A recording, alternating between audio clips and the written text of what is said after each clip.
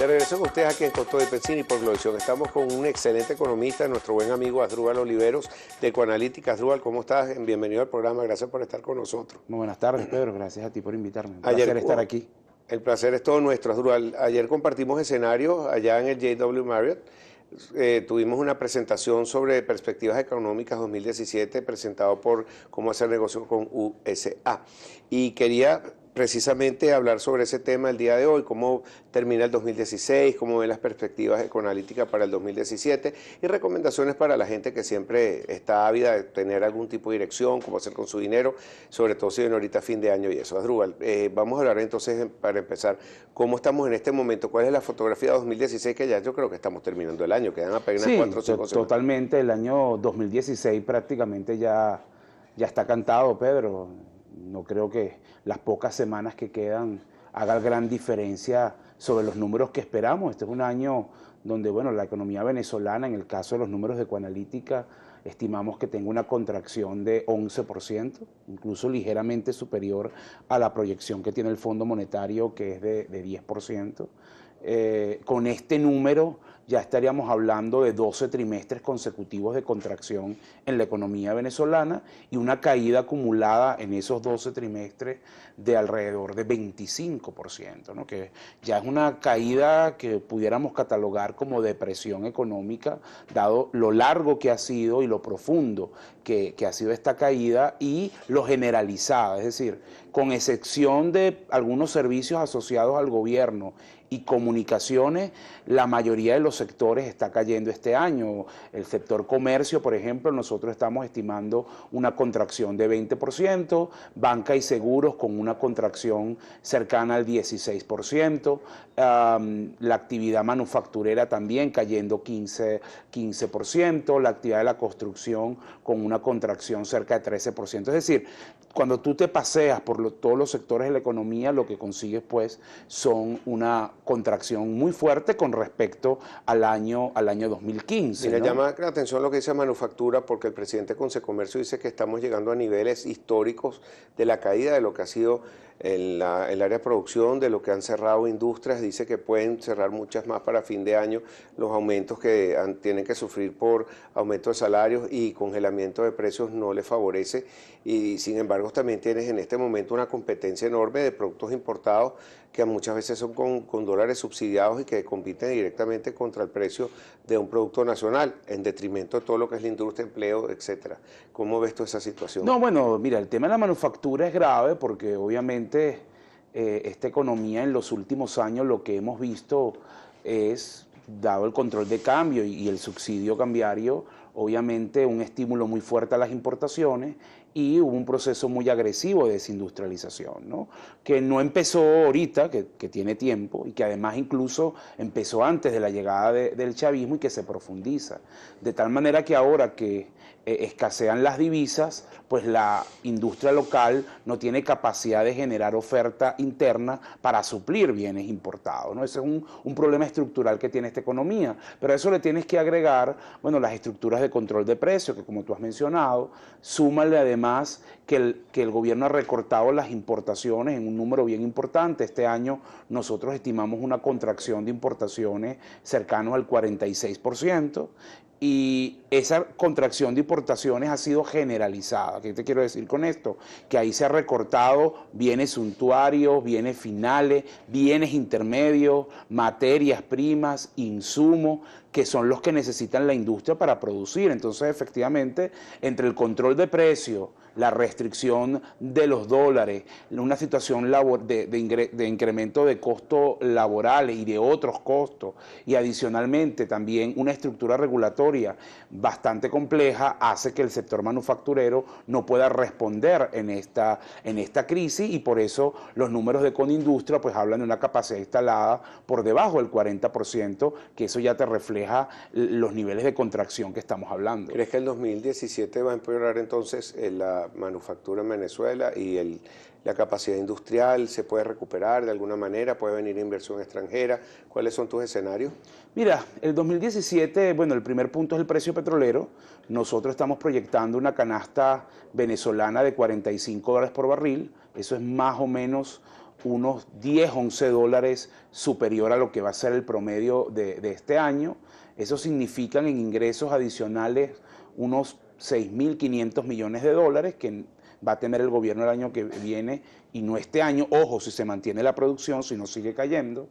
Y de alguna forma yo te diría que el nivel más rudo de la crisis lo tuvimos en este 2016 y el año próximo, si caemos, la contracción probablemente sea menor. Nosotros en Ecoanalítica, en un escenario que llamamos más de lo mismo, es decir, si no se da un cambio político, la economía venezolana puede decrecer hasta un 5%. Es decir, si este año cae 11, el año que viene puede caer 5, ¿no? Pero están estimando 11% para este año, los estimados de Fondo Monetario 8%.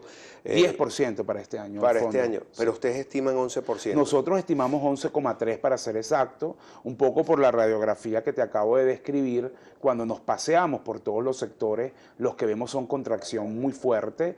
Entonces, además está afectado la oferta, que es lo que estamos hablando hasta ahora, pero también la demanda, es decir, la caída de consumo, sobre todo de consumo privado, es muy fuerte por la contracción de poder adquisitivo. Recordemos que este año nosotros estamos estimando una inflación de cierre en torno a 450%, ojo, ese estimado de inflación nuestro. Parecido al Fondo Monetario Internacional, sí, que es 473. Incluye productos regulados y no regulados, hay que hacer la salvedad. Cuando nos quedamos solamente con los productos que no están regulados, que son los llamados productos que conseguimos en mercados negros, en mercados informales, a precios dolarizados, a precios libres, la inflación ya está cercana al 1000%, ¿no? Y probablemente cierre el año en esos niveles, que es una situación quitando bastante los productos crítica. Que no están regulados, ese es el precio, la inflación bachaquera, vamos a decirlo de algún modo. Bueno, nosotros la llamamos técnicamente inflación subyacente, pero es una manera de describirla, ¿no? Inflación bachaquera. A los que son de Caracas, y probablemente usted compra en estos sitios tipo, no sé, Mercado de Chacao, algo de eso, los productos y no los compra en los canales formales o, dicho de otra forma, a precios regulados. Esa es la variación de precios que estamos viendo, ¿no? ¿Estamos en una hiperinflación o al borde de entrar a una hiperinflación? Christine Lagarde lo dijo, la presidenta del Fondo Monetario Internacional. Mira, yo te diría... Ahí hay un debate amplio entre los economistas, ¿no? Obviamente el nivel de inflación de Venezuela es crónico, pero tal vez en lo que se refiere a lo que es el desarrollo de las expectativas y la conducta de los agentes, todavía no estamos en un caso clásico de hiperinflación, ¿no? En el sentido de que no hay una renuncia total al bolívar, o dicho más técnicamente, no hay una caída brutal de la demanda de dinero. Pero hay signos que te dicen que ese peligro está latente. ¿Cuáles son esos signos? Bueno, este esquema de dualidad que estamos viendo en la economía venezolana y que muchos medios internacionales se han hecho eco, como Wall Street Journal y Bloomberg, sobre, bueno, precios regulados a los que muy pocos tienen acceso y precios prácticamente libres, incluso mayor que mercados internacionales que consigues en la calle. Eso es un signo. Lo otro es la dolarización informal que ocurre en muchos sectores. Si tú hoy en Venezuela vas a comprar un vehículo, una línea blanca o hasta una computadora o un celular, probablemente te tengas que transar en moneda extranjera. Pero eso generalmente tienen una prima muy alta, no solamente que como tú lo acabas de decir, que hay precios que por más que estén a dólar libre, pero ¿cuál es el dólar que se está utilizando? Pero salen muchísimo más caros que en cualquier parte del mundo. Claro, totalmente, ¿no? Estoy de acuerdo. Lo que pasa es que mucha gente no lo puede traer de afuera, ¿no? Y termina que pagar esos precios porque no tiene otra manera de conseguirlo. De alguna manera el mercado está, esa prima de la que tú hablas, esa percepción de riesgo que se tiene, el costo de reposición a futuro, porque las expectativas son muy negativas de lo que pasa en Venezuela y eso infla de alguna manera el precio con respecto al que está hoy, ¿no? Mucho la atención, es algo novedoso, donde ustedes sacan cuánto cuesta un producto, por ejemplo en Bogotá, en Cúcuta, en Colombia, y si aquí en Venezuela está por encima o por debajo de ese precio. ¿Cómo se calcula todo esto, Asdrúbal, por favor? Sí, nosotros con los datos que estamos recogiendo mes a mes de precios para tener un indicador de inflación, que de alguna manera intente ver cómo están variando los precios en la economía, también medimos lo que llamamos el tipo de cambio de paridad del consumidor, ¿no? Nosotros agarramos todos los precios de los bienes, los colocamos en las mismas categorías que utiliza el Banco Central para medir la inflación, los ponderamos por ese peso, por ejemplo, alimentos pesa casi un tercio en esa canasta, y luego lo comparamos con los precios de los mismos productos con la ciudad de Bogotá y lo deflactamos o por inflación, ¿no? Y luego, ¿qué haces tú? Tienes los precios en Caracas, tienes los precios en Bogotá, y lo que tú dices es, ¿cuál es el tipo de cambio que hace que te sea indiferente de alguna forma comprar en Caracas o comprar en Bogotá? Okay. Ese esfuerzo teórico o ese indicador teórico al final te termina diciendo a ti, bueno, en cuáles productos el rezago es más fuerte, cuáles rubros están más indexados a la llamada tasa negra, en cuáles rubros el subsidio es mayor, y sorprendentemente, Pedro, lo que observas en este indicador, por lo menos al cierre de septiembre, es que esa tasa de equilibrio está alrededor de 660 bolívares por dólar, ¿no? Es decir, no es 10. Tampoco es el negro, ¿no? Pareciera estar más cerca de Bicom, pero es una casualidad porque se ha venido moviendo, ¿no? Pero cuando los ves por algunos rubros, por ejemplo el caso de alimentos, el tipo de cambio es superior a 500 bolívares por dólar. Cuando ves artículos como cuidado personal, electrodomésticos, el tipo de cambio es cerca de 1000. Wow. Cuando ves bebidas alcohólicas también es cerca de 1000, que son, entonces podrías decir que esos rubros están más indexados a la llamada tasa negra.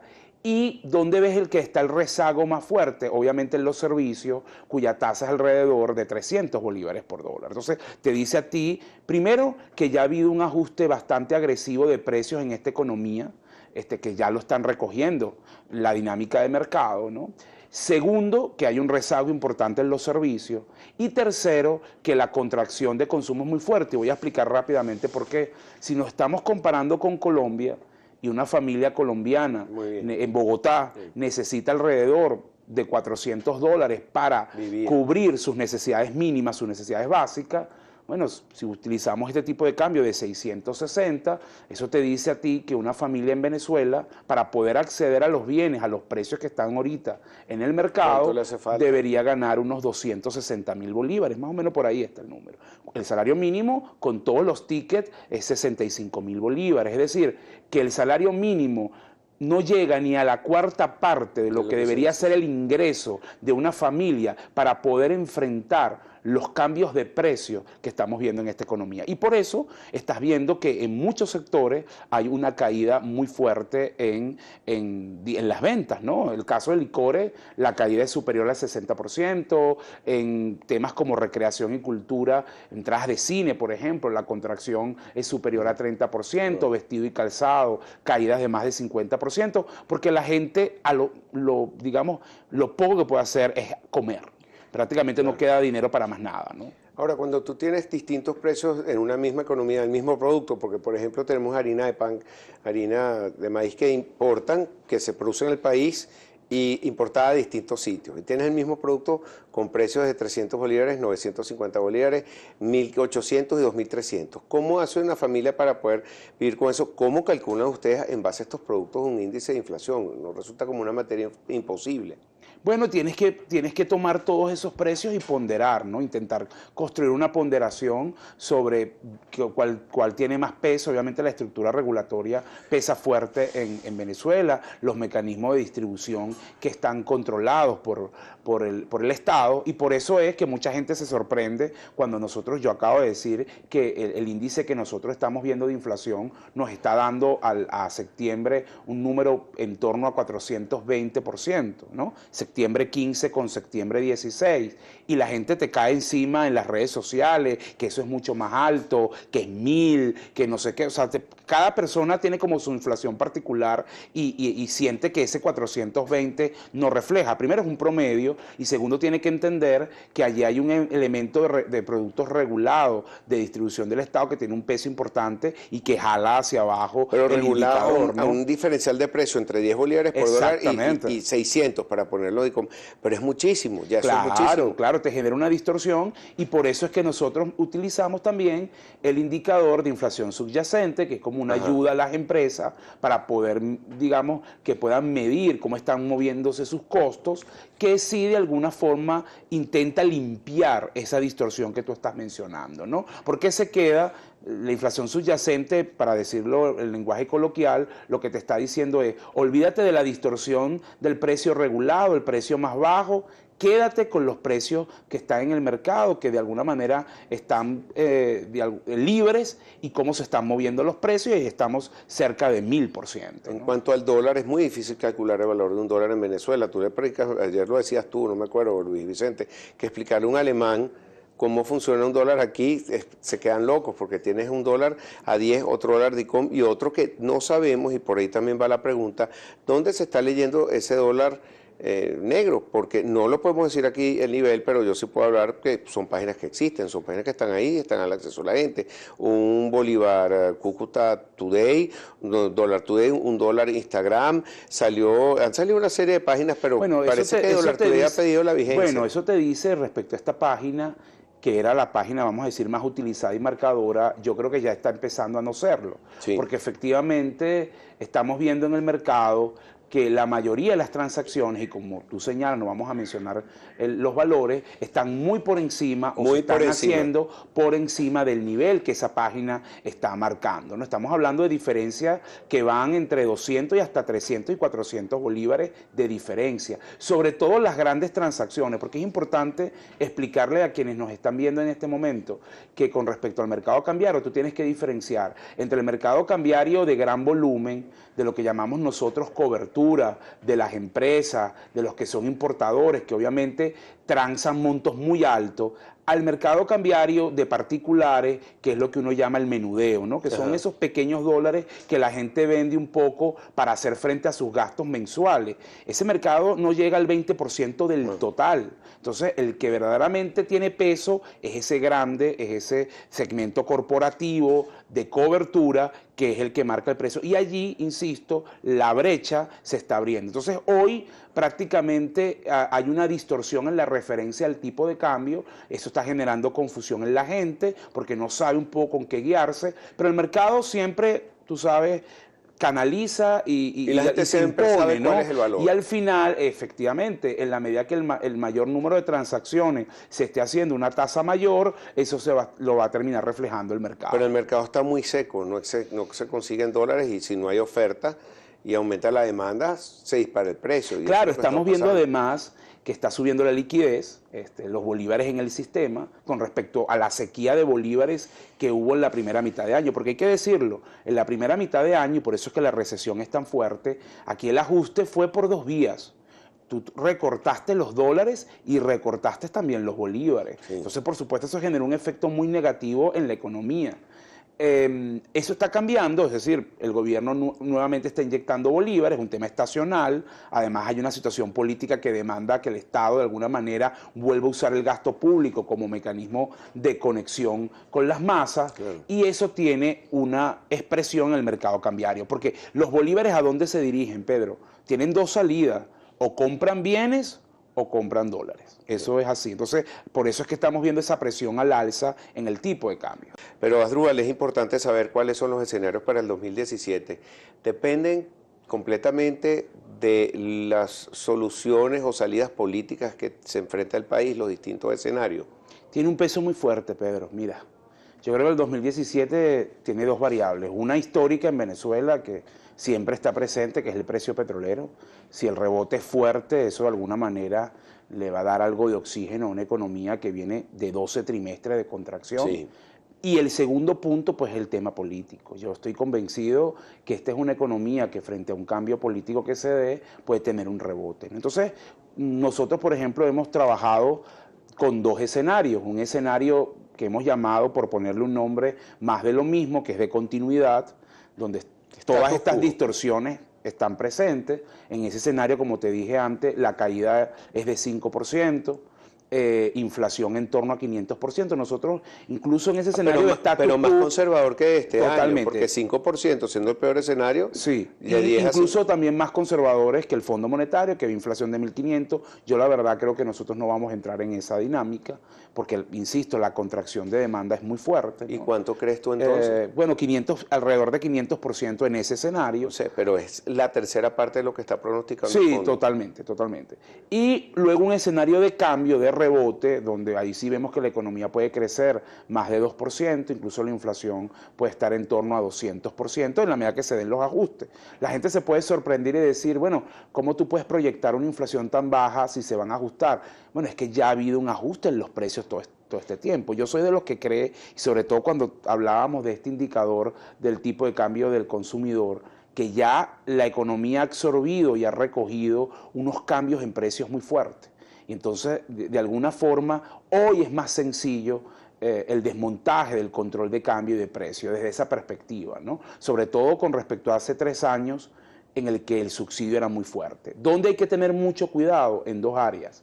En el tema social, por lo que acabo de hablar, pues las familias no tienen ingresos suficientes para adquirir los productos, entonces las políticas sociales tienen que estar muy bien diseñadas y ser rápidas, y en el caso de los servicios que están muy rezagados. Pero sí creo que efectivamente ese proceso de desmontaje puede darse sin trauma, y ese es un punto importante porque la gente siente que salir de esto es una cosa difícil, que es un salto al vacío, y yo particularmente no soy de esa opinión. Yo creo que la economía venezolana es una economía que está represada, que está amarrada. Yo he usado el símil de que está como secuestrada y de alguna manera necesita librarse de esos yugos, de esas amarras para crecer con todo su potencial. Entonces hay un efecto allí expansivo que es importante. Pero vuelvo al punto. Está pero condicionado por el eliminar tema político, los controles de cambio, hacer una moneda única, que eso lo ha pedido todo el mundo. Una unificación cambiaria. Una unificación cambiaria. Sí, el desmontaje del control de cambio también, ¿no? Que puedas hacerlo por etapas. Es decir, ahí a veces los economistas nos preguntan, bueno, shock o gradual, ¿no? Si es rápido o lento. Bueno, ¿no? en el caso de Fujimori, que tiene una inflación parecida a la venezolana, lo hicieron de tajo. No, pero a mí no me gusta ese. Yo creo que el dilema no es lento, rápido, shock o gradual. Yo creo que el dilema es que tengas clara la secuencia. Es decir, cuáles variables si no tienes que como el perro exactamente. La Entonces cola. tú tienes que tener una secuencia que vas a atacar primero, que vas a atacar después, qué variables son objetivos, dónde están los focos de atención. Ese es el punto clave, ¿no? Entonces, no perder el foco en ese tema. Mientras eso dura, que tú también me lo comentabas un poco, que puede hacer el sector privado, ¿no? Bueno, mientras llega ese momento, porque eso también es muy impredecible, ¿cuándo va a llegar el cambio político? Parecerá que inminente, hay veces que uno siente que es inminente y hay veces que siente que va a tardar, ¿no? Entonces, para una empresa que es importante, mira, en su horizonte de largo plazo tiene que cuidar su patrimonio, su activo, y para eso es muy importante todo lo que tenga que hacer en términos de cobertura, ¿no? Las cuentas por cobrar son importantes. Claro, a eso voy. Ese es el corto plazo, y eso es, bueno, el flujo de caja. ¿Cuánto tiempo puedes tener una cuenta? Mira, yo creo que en las condiciones actuales que estamos viendo en Venezuela con esta inflación, tú no puedes tener cuentas por cobrar superiores a 7 días. Tienes es un exabrupto. Entonces no hay crédito, tienes que No, prácticamente tienes que moverte a esquemas de efectivo y adicionalmente tienes que optimizar todo tu proceso de compra. Ahí las empresas tienen que invertir en que eso sea óptimo, en eliminar los cuellos de botella, en eliminar las trabas. El otro elemento es el capital humano. Es el eslabón más débil de las compañías, no solamente por el tema salarial, sino también desde la perspectiva anímica, ¿no? La gente está muy cargada, la gente siente que no hay salida,